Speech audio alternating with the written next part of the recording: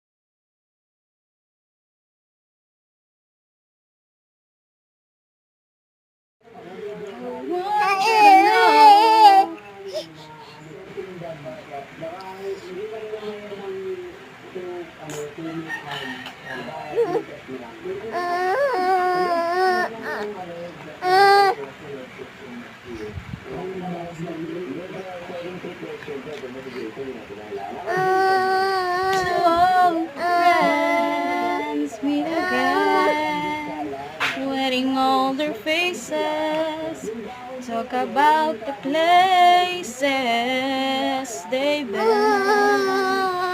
Two old sweethearts who fell apart somewhere long ago. How are they to know?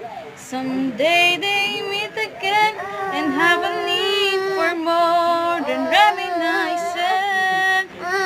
Maybe this time it'll be love and divine. Maybe now they can be more than just friends.